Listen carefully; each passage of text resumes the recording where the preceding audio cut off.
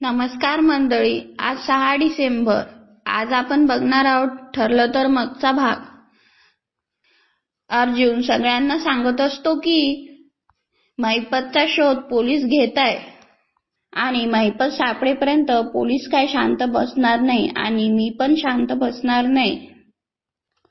कल्पनाताई सगळ्यांना सांगतात की हो, पण एक गोष्ट चांगली झाली, यात प्रतिमाताईची स्मृती परत आलीये. तेव्हा प्रतिमा म्हणते की हो, मला काहीही केलं तरी एक रात्र आठवतच नव्हती. मला सगळ्या गोष्टी आठवत होत्या. अगदी महिपतने माझ्यासमोर पिस्तूल रोखलं होतं तरी मला काही आठवत नव्हतं. मी एका झाडाच्या मागे जाऊन लपले आणि महिपत मला शोधत शोधत आला. तो ज्या प्रकारे माझ्याकडे बघत होता, अगदी 22 वर्षापूर्वी तो असाच माझ्या पाठीमागे लागला होता. त्यास मारण्याच्या धमक्या आणि त्याच क्षणाला मला सगळं आठवलं. प्रतिमा आत्या, तेव्हा मी पण तुम्हाला शोधत होते अहो, पण तुम्ही तर मला दिसलाच नाही कुठे. अगं, माझ्या अंगात कुठून बळ चढलं मला कळलंच नाही. मी त्या शेकोटीतला लाकूड घेतला आणि महिपत समोर उभी राहिली. प्रतिमाच्या बोलण्यावर विमल म्हणते, बाप रे प्रतिमाताई, तुम्ही कसं जमवून आणलो? नाही ग, एकटीने नाही, सायली होती ना माझ्या बरोबर.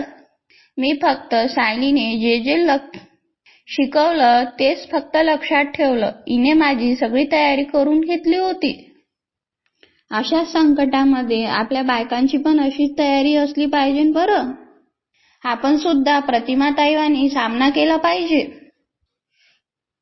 प्रतिमाताई सगळं सांगतात की सायलीने कशी त्यांची प्रॅक्टिस करून घेतली होती आणि शेवटी जेव्हा माझ्या जीवावर बेधलं तेव्हा सायलीच माझ्या मागे ठामपणे उभी राहिली. तू नसतीस सायली तर मी काय केलं असतं ग? आता हुशार तन्वी चिडत आहे बरं का नागराज काकावर. काय? तुम्हाला गोळी मारण्याचे आवाज आले, पोलीस दिसले, अर्जुन दिसला, पण तरी तुम्ही बाहेर नाही निघाले. मग मी काय करणार होतो? कसा बाहेर पडणार होतो? एकीकडे सगळीकडे अंधार होता, त्यात माझा पाय मुरगळलेला ठणकत होता. कसा बाहेर पडणार होतो मी? आणि महिपत कुठे गेला तेच तर कळत नाहीये. महिपत पण जंगलातून बाहेर पडला हे नक्कीच. आधीच तुम्हाला लटकून गेला, तुम्हाला जाळ्यात अडकून तिथे घेऊन गेला. नाही म्हणजे हा सगळा अर्जुन सायलीचा प्लॅन आहे. त्यांनी पोलिसाला हाताशी धरलंय हे सगळं महिपतला माहित नसणार का? अगं, महिपतला कसं माहित असेल? महिपत कशाला करेल असं? तो नाही अडकवणार मला. उगाच काही बोलू नकोस. तुम्हाला साधी गोष्ट कळत नाहीये का काका? जर महिपत पोलिसाच्या हाती लागला तर आधी तो कोणाचं नाव घेणार? तुमचं. तो सांगून नाही का टाकणार की किल्लेदाराच्या ऍक्सिडेंटची सुपारी तुम्ही दिली होती त्यांना? पोलीस नाही पकडू शकणार महिपतला. महिपत करेल मला फोन. हो, सकाळपासून केलाय का त्यांनी फोन? हे असे लंगडत भटकत होतात रस्त्यावर तेव्हा आला का फोन? एक मिनिट, तुझी बडबड थांबव, मी स्वतःच कॉल करतो त्याला. नागराज महिपतला फोन लावतो.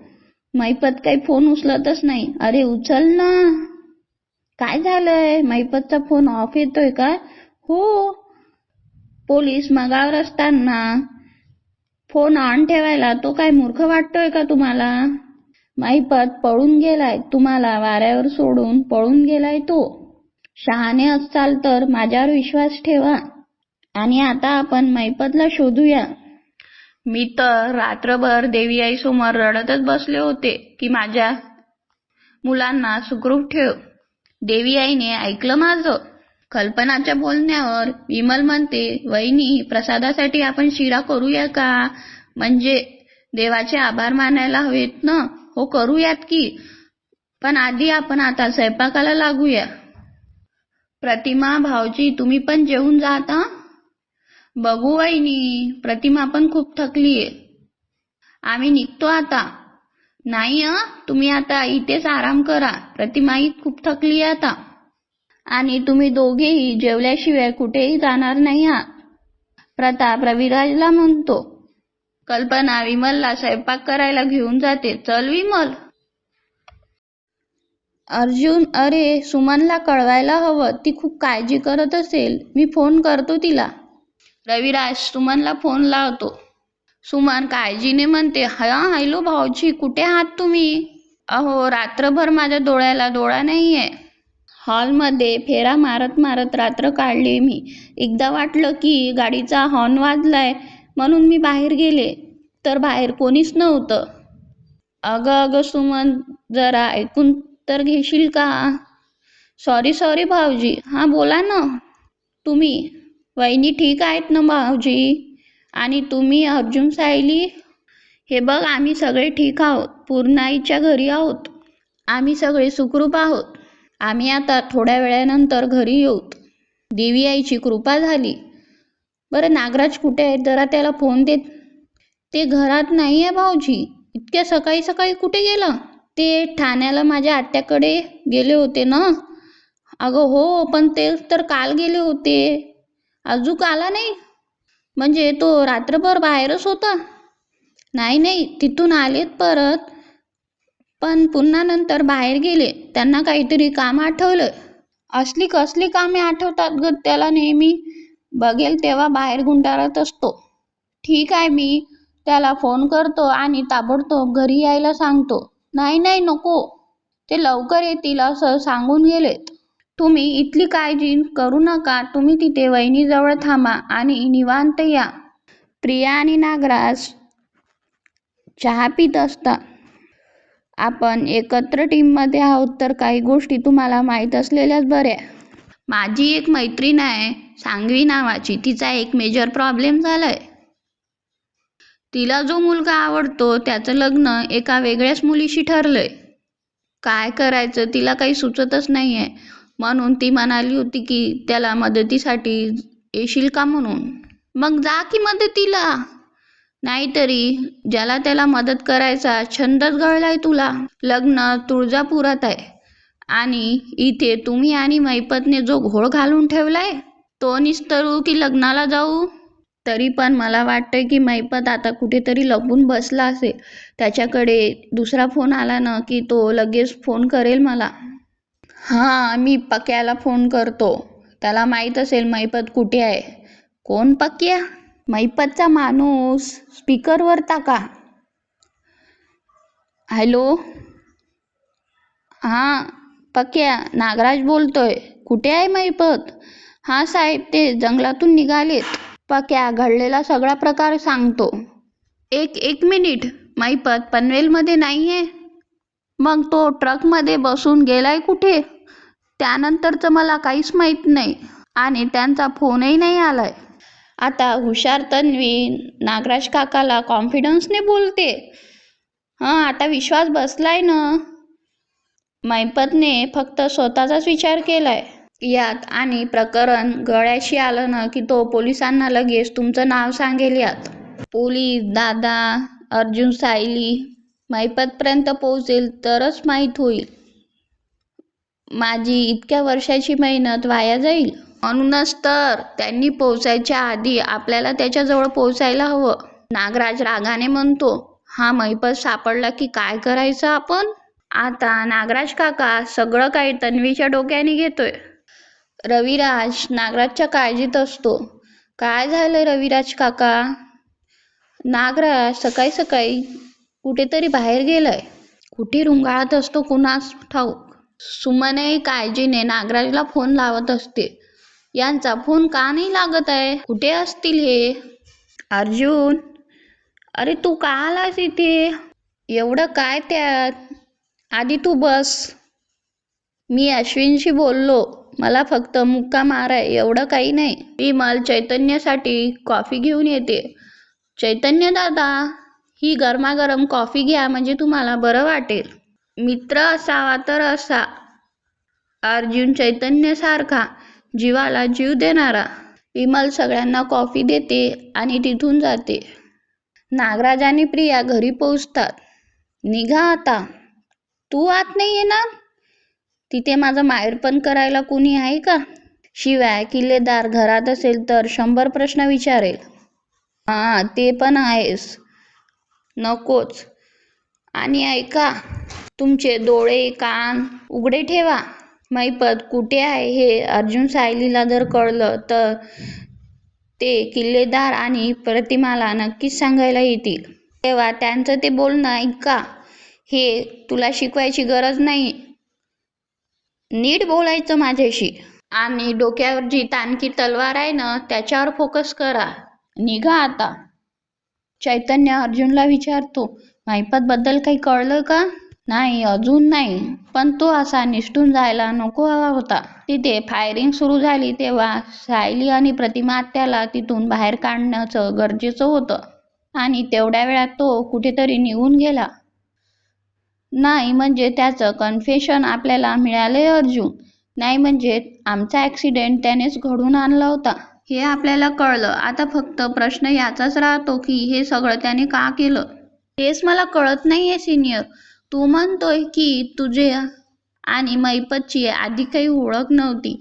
मग तो तुला आणि तुझ्या फॅमिलीला संपवायला का निघाला होता? प्रतिमा आत्याने जेव्हा त्याला विचारलं तेव्हा तो सगळं सांगायला राजी झाला होता. कारण त्याला खात्री होती की तो प्रतिमा आत्याचा जीव घेणार. आणि नेमका तेवढ्यातच तो गुंड धावून आला आणि प्रतिमा आत्याच्या अंगावर गेला. मला तिथे मदत पडावं लागलं आणि या सगळ्यात तिथे तो मैपत बोलायचं थांबला ना. सुमन नागराजला फोन लावत असते. नागराज येतो. अहो अहो, काय झालंय तुम्हाला? लंगरताय का तुम्ही असे? अहो, केव्हापासून तुम्हाला फोन लावत आहे, तुम्ही फोनच उचलत नाही. पत्ता कुठे आहे तुमचा? अहो सांगा ना. अगं बडबड कमी कर जरा तुझी. काय झालंय लंगडायला? अगं तू बोलायचं थांबलीस तर मला बोलता येईल ना सुमन. बरं, तुम्ही शांत व्हा. आता सांगताय का काय झालंय? आणि लंगडताय का असे? तेल? हा, तू नाही का त्या आत्याकडे तेल द्यायचं सांगितलं होतं? मग गेलो होतो आत्याकडे. तिथून निघायला उशीर झाला आणि मग ट्रॅफिक लागलं. मग गाडी इंचभर सुद्धा चालत नव्हती माहितीये. थोडासा स्पीड पकडला गाडीने पण नंतर बंद पडली. अरे देवा. नागराज काकाचा कॉमेडी किस्सा तयार झालाय. मग मेकॅनिक काय आला नाही एवढ्या रात्रीचा. मग एक नंबर मिळाला, तो ट्राय करत होतो मी. मागे जात होतो तर एका झटक्यात पडलो मागे आणि तिथेच पाय मुरगळला आणि हे सगळं झालंय. आणि मी बेशुद्ध पडलो होतो सुमन. अहो मग मला फोन करायचा ना, मी आले असते तिथे. बिंडो खायस का जरा? बेशुद्ध पडलो होतो, कसा फोन करणार तुला? एक भला माणूस तिथून जात होता, तिथंच त्याने बघितलं आणि मला हॉस्पिटलमध्ये ॲडमिट केलं. अहो मी तुम्हाला इतके फोन करत होती पण तुमचा फोन काही लागतच नव्हता. किती प्रश्न विचारशील तू? तुला माझ्यावर विश्वास नाही आहे का? बरं आधी आता तुम्ही आंघोळ करून घ्या, मी पटकन चहा ठेवते. बरं त्याआधी मलम स्प्रे काही आणशील की नाही पायासाठी? अहो पण हॉस्पिटलमध्ये काहीतरी औषध लावलं असेल ना तुम्हाला. जास्त शहाणी झालीस का ग सुमन? अगं मी बेशुद्ध पडलो होतं म्हणून मला हॉस्पिटलमध्ये नेलं होतं. जा ना, आण ना आता लवकर. काय ते स्प्रे मलम, त्यांना काही पायाचं कळलंही नसेल. जा लवकर आण ते. याचा अर्थ काहीतरी सेपिसिक कारण आहे की तो आमच्या जीवावर उठलाय. आता ते काय आहे ते शोधून काढायला हवं. चैतन्य रविराजला म्हणतो, पण सर मैपत सापडल्याशिवाय ते करणार कसं? आता फक्त हेच समजायला हवं की मैपतचं माझ्याशी इतकं शत्रुत्व का आहे. सायली खोलीतला सगळा पसारा आवरत असते. मम्माने आता काय सांगितलंय तुला? आराम करायचाय. हां, हे काय चाललंय तुझं? मन शांत नसताना आराम कसा काय होणार आहे? आज जे घडलं त्याचा विचार करतेस ना? प्रतिमा आत्याने खरंच खूप मोठं धाडस दाखवलंय हो. मधात थोड्या घाबरल्या होत्या त्या, पण मैपत समोर ठामपणे उभ्या राहिल्या त्या. आगीत घाबरणाऱ्या प्रतिमा आत्याने चक्क शेकोटीतलं लाकूड उचललं आणि मैपत समोर उभ्या राहिले. आणि हे सगळं कुठे? जिथे त्यांच्या आयुष्यातली सगळ्यात वाईट गोष्ट घडली.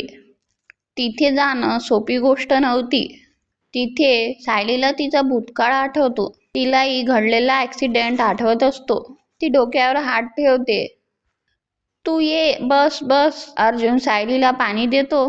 काय झालंय तुला? डोकं एकदम जड झाल्यासारखं वाटतंय. तू दमलीयस अगं. तुला आरामाची गरज आहे. शांतपणे झोप आणि कसलाच विचार करू नको. मला काही कळतच नाहीये. तिथेही मला असंच अस्वस्थ वाटायला लागलं होतं. मैपत त्याचा कबुली जवाब देत होता. तिथेही मला असंच गरगडायला लागलं होतं. नेहमी असंच होतं, पण त्याही अवस्थेत मला एक गोष्ट कळत होती. प्रतिमा आत्याला काही होता कामा नये आणि म्हणूनच मी त्या गुंडासमोर जाऊन त्याचा सामना केला. पण मला का गरगडलं असेल? माझं डोकं का ठणकलं